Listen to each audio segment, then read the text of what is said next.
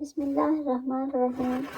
شروع اللہ کے نام سے جو بڑا مہربان نہایت رحم والا ہے۔ السلام علیکم ورحمۃ اللہ وبرکاتہ۔ اسلامک سینٹر چینل میں خوش آمدید ویورز۔ اس چینل میں آپ کو تمام انبیاء اکرام کے بارے میں، ان کے حالات زندگی کے بارے میں، ان کے معجزات کے بارے میں معلومات ملتی رہتی ہیں۔ ہر نبی کے حالات زندگی کے، ان کے زندگی میں ہونے والے مشکلات، ان کے اسلام کی دعوت دینے کے واقعات کے بارے میں ویڈیوز ہیں۔ اس چینل کو سبسکرائب ضرور کر لیں تاکہ آپ کی معلومات میں مزید اضافہ ہو اور آپ کو اسلامی تاریخ کے بارے میں زیادہ سے زیادہ معلومات مل سکیں۔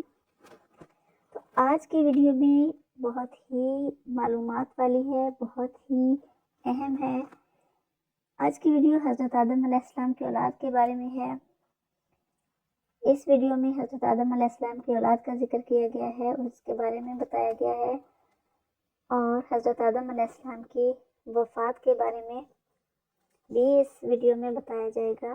بہت ساری معلومات اس کے بارے میں بھی آپ کو ملیں گی اسی ویڈیو میں، اور اس کے علاوہ اس ویڈیو میں آپ کو حضرت آدم علیہ السلام کے بارے میں یہ بتایا جائے گا کہ وہ کہاں پہ دفن ہوئے ہیں، اور ان کی نماز جنازہ میں فرشتوں نے کتنی تکبیریں پڑھی اور کیسے پڑھائی نماز جنازہ۔ اس طرح کی ساری معلومات لینے کے لیے اس ویڈیو کو اینڈ تک ضرور دیکھیے گا، کہیں سے بھی کوئی چیز سکپ نہ کریں۔ تو آئیے دیکھتے ہیں کہ اس ویڈیو میں حضرت آدم علیہ السلام کی اولاد کے بارے میں کیا بتایا گیا ہے۔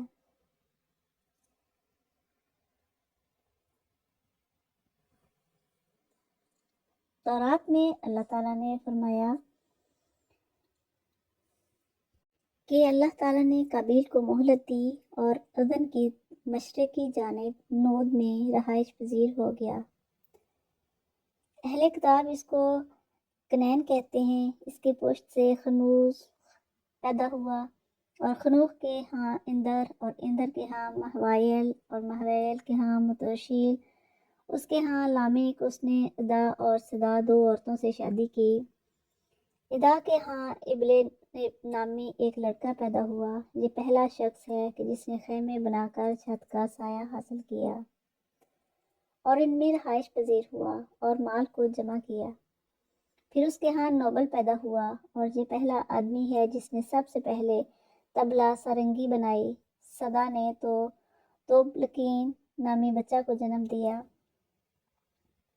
اس نے سب سے پہلے تانبے اور لوہے کی صنعت ایجاد کی، اور نامی لڑکی بھی اسی صدا کے ہاں پیدا ہوئی۔ اس تورات میں یہ بھی ہے کہ آدم علیہ السلام اپنی بیوی حوا کے پاس گئے تو اس نے ایک لڑکا جنم دیا۔ اس کا نام حضرت حوا علیہ السلام نے شیس رکھا، کیونکہ وہ اس حابیل کا متبادل تھا جسے قابیل نے قتل کر دیا تھا، اور شیس کے پشت سے انوش پیدا ہوا۔ جب شیس کی ولادت ہوئی تو اس وقت حضرت آدم علیہ السلام کی عمر 130 سال تھی۔ اس کے بعد وہ 800 سال زندہ رہے، اور انوش کی پیدائش کے وقت حضرت شیس کی عمر 165 سال تھی، اور اس کے بعد وہ 807 برس زندہ رہے۔ انوش کے علاوہ بھی حضرت شیس کے ہاں لڑکے لڑکیاں پیدا ہوئیں، اور انوش کے ہاں کینان پیدا ہوا۔ اس وقت انوش 90 برس کا تھا۔ اس کے بعد 815 برس زندہ رہا، اور اس کے ہاں اور بھی بچے اور بچیاں پیدا ہوئیں۔ کینان کے ہاتھ 70 برس کی عمر میں مہلائل پیدا ہوا، اور وہ اس کے بعد 840 برس زندہ رہا، اور بہت سے لڑکے اور لڑکیاں اس کے ہاں پیدا ہوئے۔ مہلائل کے ہاں دیر نامی ایک لڑکا پیدا ہوا۔ اس وقت اس کی عمر 65 برس تھی۔ اس کے بعد وہ 830 برس تک زندہ رہا، اور اس کے ہاں سے بہت سے بچے اور بچیاں پیدا ہوئیں۔ اور جب یرد کے ہاں خنوخ پیدا ہوا تو اس کی عمر 162 سال کی تھی۔ اس کے بعد وہ 800 سال زندہ رہا، اور بہت سے بچے اور بچیاں پیدا ہوئیں۔ اور خنوخ کی عمر 65 برس کی تھی کہ اس کے ہاں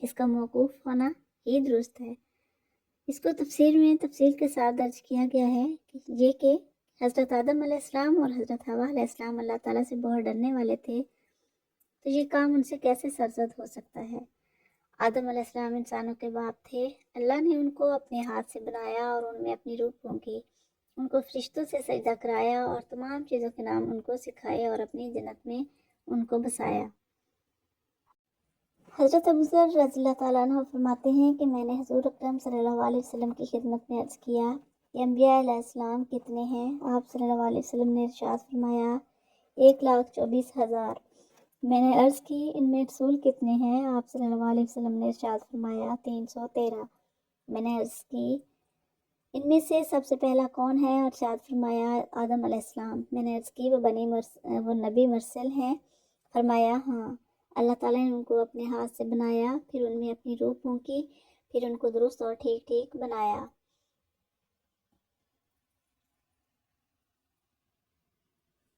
اور طبرانی نے حضرت ابن عباس رضی اللہ تعالیٰ عنہ سے بواسطہ نافع روایت کی ہے کہ رسول اللہ صلی اللہ علیہ وسلم نے ارشاد فرمایا کیا میں تمہیں خبر دوں کہ فرشتوں میں سب سے افضل کون ہے؟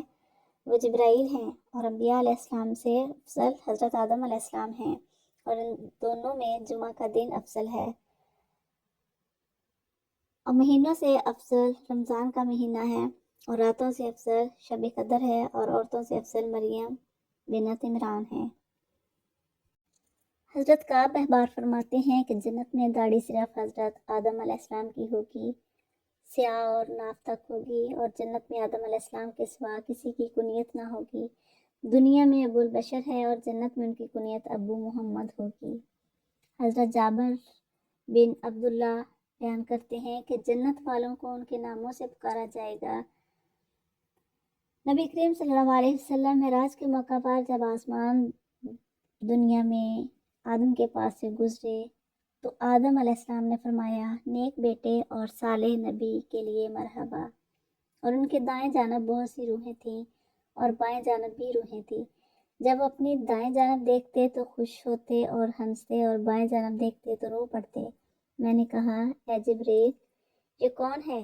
کہا یہ آدم علیہ السلام ہیں، دائیں بائیں ان کے بیٹوں کی روحیں ہیں۔ جب وہ دائیں جانب والوں کو دیکھتے ہیں اور یہ جنت والے ہیں تو ہنس پڑتے ہیں، جب بائیں والوں کو دیکھتے ہیں تو وہ جہنم والے ہیں تو رو پڑتے ہیں۔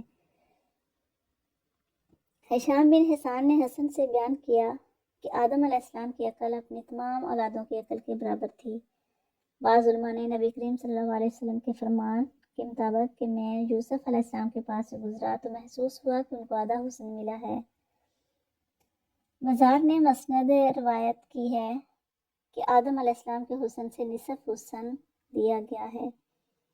یہ بات مناسب معلوم ہوتی ہے کیونکہ آدم علیہ السلام کو اللہ تعالیٰ نے پیدا کیا اور اپنے عزت والے ہاتھ سے اس کی شکل بنائی اور اس میں اپنی روح پھونکی، اس لیے ان کو تمام مخلوق سے خوبصورت ہونا چاہیے۔ اور حضرت عبداللہ بن عمر رضی اللہ تعالیٰ عنہ اور حضرت عمر رضی اللہ تعالیٰ عنہ کے ذریعہ سے یہ روایت پہنچی ہے کہ جب اللہ تعالیٰ نے جنت کو پیدا کیا تو فرشتوں سے کہا کہ یا اللہ یہ ہمارے لیے مخصوص کر دے، کیونکہ بنی آدم علیہ السلام کے لیے تو نے دنیا بنائی ہے اور وہ اس سے کھاتے پیتے ہیں۔ اللہ تعالیٰ نے فرمایا کہ مجھے اپنی عزت و جلال کی قسم ہے جس آدم کو میں نے اپنے ہاتھ سے بنایا ہے اس کی نیک اولاد کو میں ان کی طرح نہیں کروں گا، جن کو بنانے کے لیے میں نے کہا کہ ہو جا پس وہ ہو گیا۔ حضور صلی اللہ علیہ وسلم نے ارشاد فرمایا کہ بے شک اللہ تعالیٰ نے آدم علیہ السلام کو اپنی صورت پر پیدا کیا۔ تو آئیے آگے دیکھتے ہیں کہ حضرت آدم علیہ السلام کی وفات کیسی ہوئی اور انہوں نے اپنے بیٹے حضرت شیث علیہ السلام کو کیا وصیت کی۔ شیث کا معنی اللہ تعالیٰ کا عطیہ، اور یہ نام اس لیے رکھا کہ حضرت حابیل کے قتل ہونے کے بعد اللہ تعالیٰ نے انہیں عطا فرمایا۔ حضرت ابو ذر رضی اللہ تعالیٰ عنہ اور رسول اللہ صلی اللہ علیہ وسلم سے نقل فرماتے ہیں کہ اللہ تعالیٰ نے آسمان سے کل 104 صحیفے نازل فرمائے، اور ان میں سے 50 صحیفے اللہ تعالیٰ نے حضرت شیث علیہ السلام پر نازل فرمائے۔ محمد ابن اسحاق فرماتے ہیں کہ جب حضرت آدم علیہ السلام کی وفات کا وقت قریب آیا تو آپ نے اپنے بیٹے شیث علیہ السلام کو وصیت کی اور دن اور رات کے اوقات کی تعلیم دی اور ان اوقات کی عبادات سکھائیں اور ایک بہت بڑے طوفان کے آنے کی پیشگی خبر دی۔ محمد بن اسحاق کہتے ہیں کہ کہا جاتا ہے کہ اولاد آدم کے تمام نسب حضرت شیس علیہ السلام تک پہنچتے ہیں، کیونکہ آپ کے سوا تمام اولاد آدم ختم ہو چکی تھی۔ حضرت آدم علیہ السلام کی جمعہ کے دن وفات ہوئی اور حنوط نامی خوشبو ان کے پاس فرشتے لائے اور اللہ کی طرف سے جنت سے کفن مہیا کیا اور آپ کے بیٹے اور وسیع حضرت شیس علیہ السلام سے تعزیت کی۔ ابن اسحاق کہتے ہیں کہ آدم علیہ السلام کی وفات کے بعد سورج اور چاند 7 دن تک گہنائے رہے اور ان کی روشنی مدھم ہو گئی تھی۔ حضرت ابن کعب رضی اللہ تعالیٰ عنہ فرماتے ہیں کہ جب آدم علیہ السلام کی وفات کا وقت قریب آیا تو اپنے بیٹوں کو فرمایا کہ میرے بیٹوں، میں جنت کا پھل کھانا چاہتا ہوں۔ تو ان کے بیٹے پھل لینے کے لیے چل پڑے تو راستہ میں فرشتوں سے ملاقات ہو گئی اور ان کے پاس کفن اور حنوط نامی خوشبو تھی اور ساتھ ہی کلہاڑیاں، بیلچے اور ٹوکریاں تھیں۔ فرشتوں نے آدم علیہ السلام کے بیٹوں سے پوچھا کہ تم کدھر جا رہے ہو اور کیا تلاش کر رہے ہو؟ انہوں نے جواب دیا کہ ہمارے باپ آدم بیمار ہیں اور جنت کا پھل کھانا چاہتے ہیں۔ فرشتوں نے کہا کہ واپس چلو، تمہارے باپ آدم علیہ السلام کا وقت پورا ہو چکا۔ جب فرشتے آدم علیہ السلام کے پاس پہنچے تو حضرت حوا علیہ السلام نے پہچان لیا اور حضرت آدم علیہ السلام کی اوٹ میں ہو گئیں۔ آدم علیہ السلام نے فرمایا کہ دور ہو جا میرے سے، میں تجھ سے پہلے پیدا ہوا ہوں، اس لیے میرے اور اللہ کے فرشتوں کے درمیان میں حائل نہ ہو۔ پس فرشتوں نے ان کی روح قبض کی، ان کو کفن پہنایا اور خوشبو لگائی اور ان کے لیے قبر کھودی اور ان کی لحد بنائی اور ان پر نماز جنازہ پڑھائی، پھر ان کو قبر میں داخل کیا اور ان پر مٹی ڈال دی۔ پھر کہا، اے آدم کے بیٹوں، میت کو دفنانے کا تمہارے لیے یہی طریقہ ہے۔ حضرت ابی ابن کعب نے حدیث میں بتایا ہے۔ نماز جنازہ میں فرشتوں نے 4 تکبیریں کہیں۔ حضرت ابن عباس رضی اللہ تعالیٰ عنہ اور رسول اللہ صلی اللہ علیہ وسلم سے نقل کرتے ہیں کہ فرشتوں نے آدم علیہ السلام کے جنازہ میں 4 تکبیریں پڑھی۔ حضرت ابوبکر رضی اللہ تعالیٰ عنہ نے حضرت فاطمہ رضی اللہ تعالیٰ عنہ پر 4 تکبیریں پڑھی۔ پھر جب حضرت عمر رضی اللہ تعالیٰ عنہ نے حضرت ابوبکر رضی اللہ تعالیٰ عنہ پر 4 تکبیریں پڑھی۔ پھر حضرت صہیب رضی اللہ تعالیٰ عنہ نے حضرت عمر رضی اللہ تعالیٰ عنہ پر 4 تکبیریں پڑھی۔ حضرت آدم علیہ السلام کے دفن کے بارے میں یہ بات ہے، اس میں کچھ اختلاف ہیں اور مشہور یہ بات ہے کہ ہند میں جس پہاڑ پر اتارے گئے تھے وہاں ہی مدفون ہیں۔ بعض کے نزدیک مکہ میں جبل ابی قیس کے پاس دفن ہیں، اور یہ بھی کہا گیا ہے کہ طوفان کے زمانہ میں حضرت نوح علیہ السلام حضرت آدم اور حوا علیہ السلام کو ایک تابوت میں اٹھا لائے اور بیت المقدس میں دفن کیا، اور یہ بات ابن جریر نے نقل کی ہے۔ اور ابن اسحاق نے بعض لوگوں سے نقل کیا ہے کہ ان کا سر مسجد ابراہیم کے پاس اور اس کے پاؤں بیت المقدس کی چٹان کے پاس ہیں، اور حضرت آدم علیہ السلام کی وفات کے 1 سال بعد حضرت حوا علیہ السلام بھی وفات پا گئیں۔ تو یہ تھی حضرت آدم علیہ السلام کی اولاد، ان کی وفات، ان کے تدفین کے بارے میں۔ امید ہے کہ آپ کو اس میں سے بہت سی معلومات ملی ہوں گی۔ ویڈیو پسند آئے تو لائک اور شیئر ضرور کریں۔ چینل پر نئے ہیں تو چینل کو سبسکرائب ضرور کریں تاکہ آپ کو زیادہ سے زیادہ معلومات مل سکیں اور آپ کے علم میں زیادہ سے زیادہ اضافہ ہو اور میرے چینل کو بھی سپورٹ ملے۔ بیل آئیکن کو بھی ضرور پریس کریں تاکہ ہر آنے والی ویڈیو کا نوٹیفیکیشن آپ تک پہلے پہنچ سکے اور آپ اسلامی ہسٹری کے بارے میں زیادہ سے زیادہ معلومات حاصل کر سکیں۔ تو ملتے ہیں نیکسٹ ویڈیو میں کسی اور پیغمبر کے حالات زندگی کے بارے میں جاننے کے لیے۔ تب تک کے لیے اللہ حافظ۔